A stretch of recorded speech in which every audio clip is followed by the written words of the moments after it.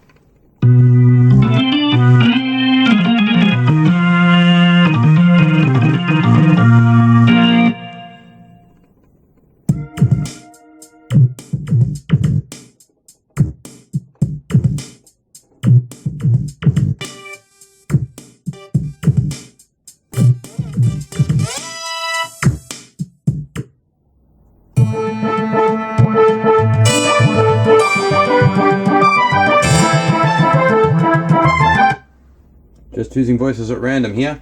Soft piano pad. Let's see.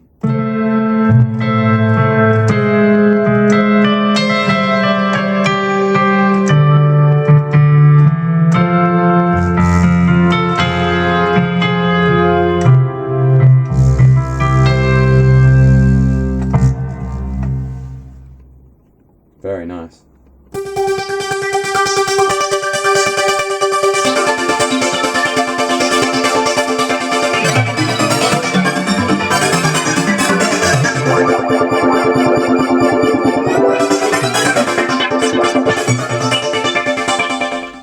I know the pitch bend modulation stick is a bit off your screen here, but it's good fun to play around with that on some of these patches. Korg have set up an excellent set of presets. But it is the most unbelievably customizable keyboard. You can put in upgrade cards in this. I think you can have 2 at a time. The memory is expandable. You can add a sampling kit, which I will demonstrate at some later stage. And of course the sound editing, as always with Korg, is very, very deep. There's no reason why this keyboard can't perform awesomely with the most modern sounding band.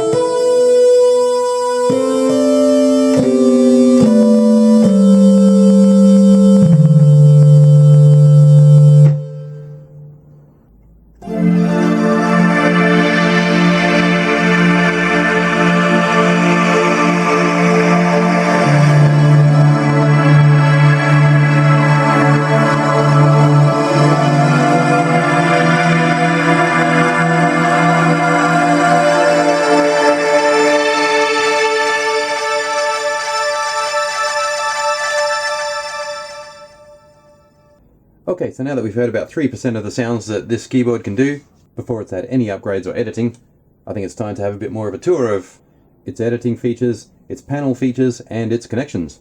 First of all, our main display. It's softly lit and very evenly lit, so it's a pleasure to look at, and you can navigate around the screen just by using the direction keys here, which I'm just pressing right there. You'll see the tabs across the bottom of the screen, which can be accessed by pressing their corresponding function key. I won't explain what all of these parameters do, or else we'll be here all day, but it's worth noting that you've got two arpeggiators here. Both of them can run concurrently.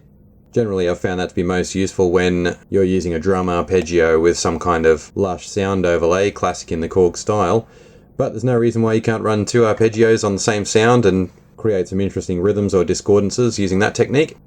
Over on the side here, we've got a whole bunch of control dials, plenty of assignability. As I mentioned slightly before, there's this awesome pitch bending and modulation mechanism here. Again, classic Korg styling, very ergonomic. Lots of Korg keyboards have this exact same mechanism. Why change something that's already awesome? Two switches there can give you quick access to changes in your patch. They can be massive changes or just subtle things like adding a little bit of echo or something like that. But it is handy to have it right there while you're controlling the dynamics of your sound to be able to switch an effect on or off or introduce a new sound. Up the back there you can fit a smart media card for storing all the songs you created, and you can also back up samples if you're using the sample upgrade as well. These are our menu features here, selecting combis or programs, a sequencing section. Media is file management, and compare is when you start a patch, make some changes, and you want to see if what you've come up with is better than what you started with. Sampling there, this will only work when you have the sampling board installed, and that's currently in the mail making its way to me, so I'm looking forward to demoing that one for you. Moving over to here, there's that problematic dial, the directional switches, numeric select switches for quick access to a sound or a parameter if you know exactly the value that you need. 5 program banks there. As you can see, the last one is just a general MIDI set. Each of them has 128 sounds. And down here we have the sequencing section. The LE61 has great onboard sequencing software. Just below that you got sampling, and again we need to get it upgraded before it's going to do any of that for us. Let's take a look around the back. Okay, so there's our smart media card there. The power switch has popped off on this one, but all I need to do is stick my finger in there and I can quite easily switch it off and on. That's not going to break in a hurry. The power supply also has a master switch on it too, and it's actually better to turn it off that way because your power supply will run hot even when the keyboard's off and you're out doing something else. There's the 9-volt connector with a 4-pin DIN style socket, which is a little unusual. And everything's clearly marked, so I won't patronize you by reading all the way through this. Plenty of MIDI options. This is where our sampling upgrade goes. And of course 1 or 2 battle scars. So that's the Korg Triton Le61 in a nutshell. This is a classic keyboard. I'm sure there are many musicians out there who would agree with that sentiment.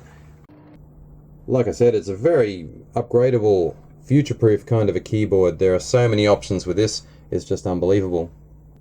I'm going to put up a link for the video that I've made, which is just a DAW recording of a whole bunch of my favourite sounds from this keyboard. It's well worth a listen. It'll give you a good insight into what this keyboard can do. Thanks for watching Gearfacts, guys. I hope this video was helpful to you. If it was, please hit that like button, or even if it wasn't, please hit that like button because likes are good.